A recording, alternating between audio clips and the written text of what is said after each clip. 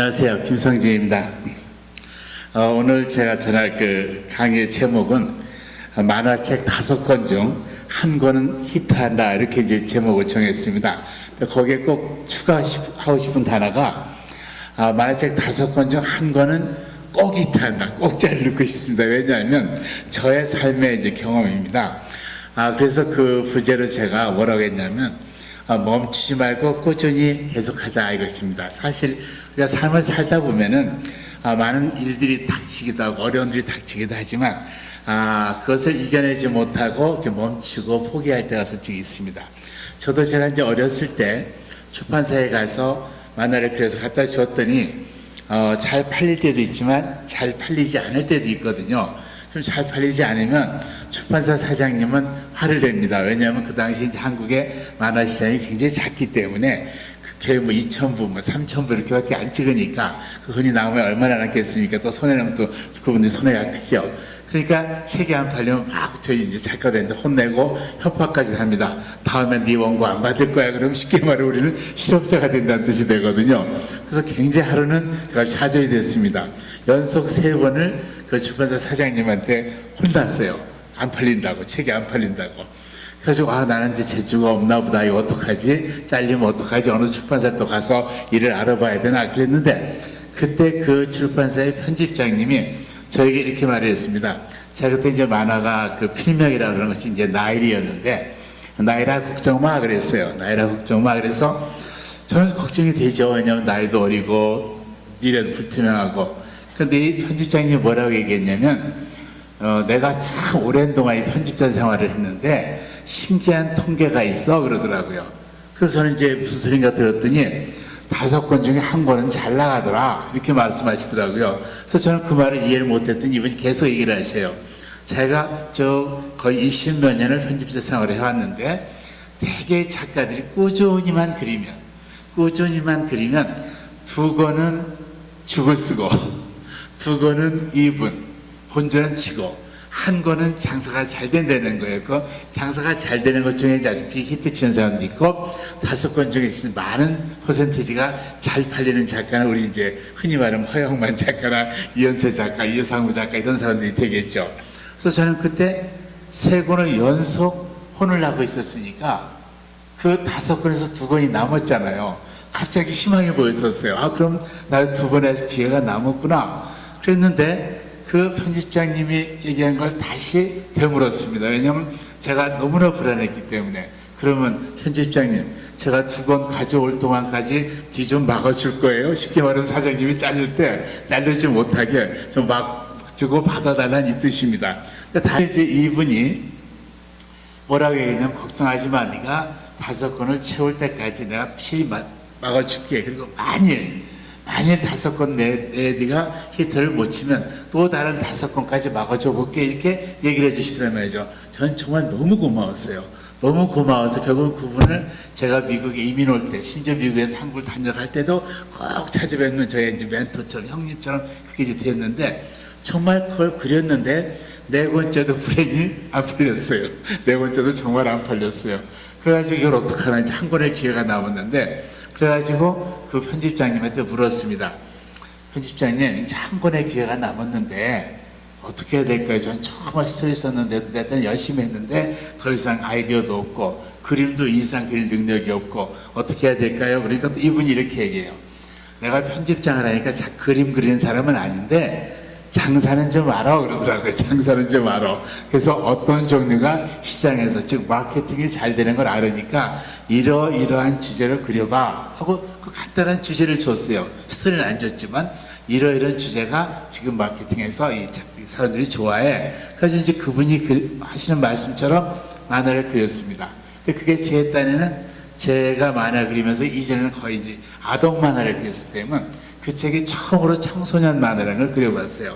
저는 안 해봤기 때문에 이 청소년 닭에서 어떻게 맞춰야 되나, 스토리 레벨도 어디에 맞춰야 되나 잘 감이 안 왔었어요.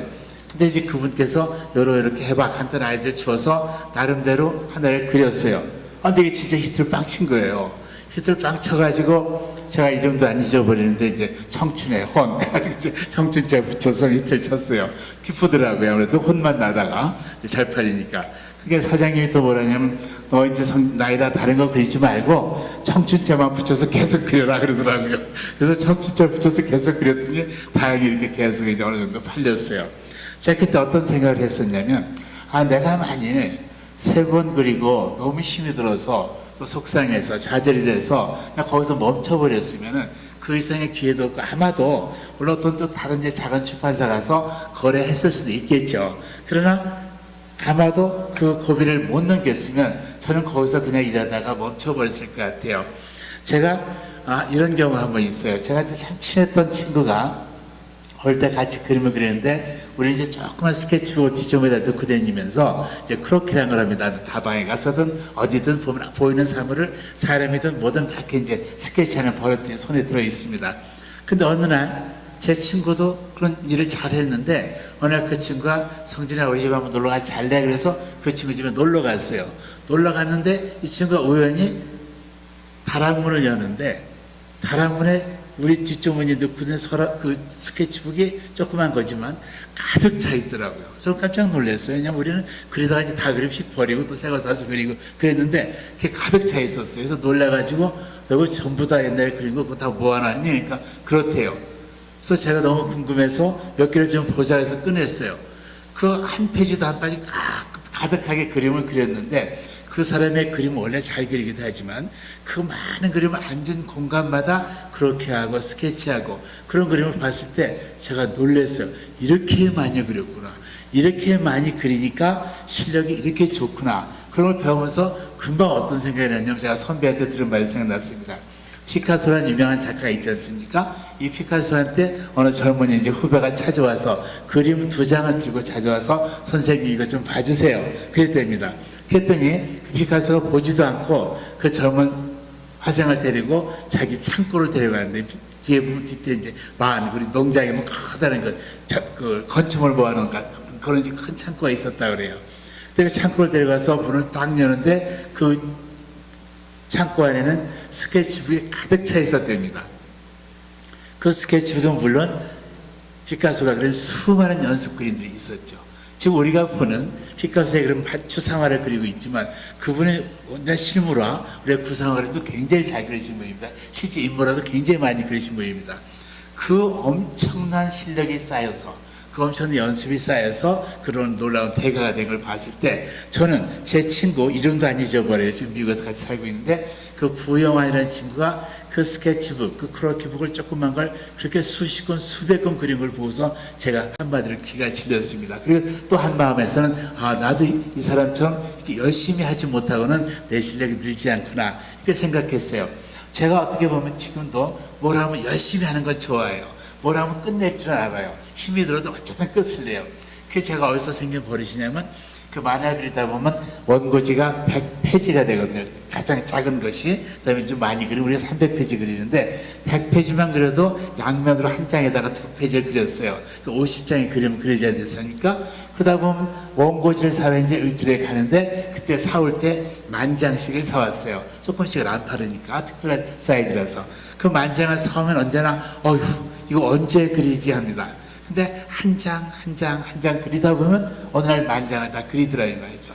또 저번에도 말씀드렸지만 만화 영화를 하다 보면 만화 영화는 거의 그 한 편을 만드는데 150만 장의 그림을 그립니다. 우리 30분짜리 만화 영화를 그릴 때 그럼 저만이 그런 게 아니라 모든 팀이 다 그리는데 150만 장의 종이를 사용하거든요.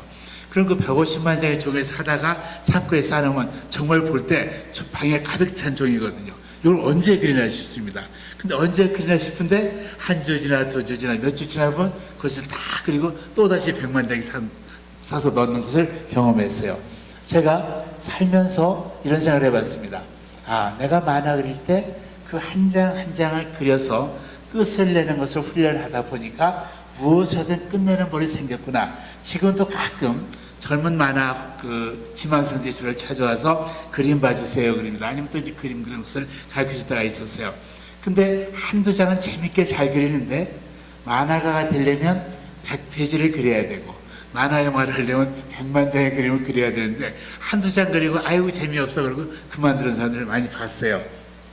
그때 느낀 게 끝낼 줄을 모르면 아무리 좋은 재주가 있어도 안 되는구나. 또한 끝낼 수 있는 재주가 있어도 바로 5권 중에 한 권이라는 이 나에게 주어진 또 모든 사람에게 주어진 그 인생 기회가 있을 때 누군가에는 히트칠 수도 있지만 누군가는 죽을 수도 있지만 누군가는 본전할 수도 있지만 그 기회를 주어졌을 때 내가 낙심하지 않고 5권을 채워갈 때 그때 어느 순간 나의 인생에도 빛이 들어오고 어느 순간 나의 인생에서도 좋은 도움의 그 열매가 맺어지는 것 같아요. 그래서 저는 오늘 그 제목이 만화의 책 5권 중에 한 권은 꼭 히트한다. 이 말씀은 뭐냐면 우리 삶에 어떤 고난이 있어도 반드시 우리가 꾸준히 해나가다 보면 반드시 아름다운 열매가 있는 것을 저는 확신했기 때문에 같이 은혜를 나눴습니다. 감사합니다. 김성진이었습니다.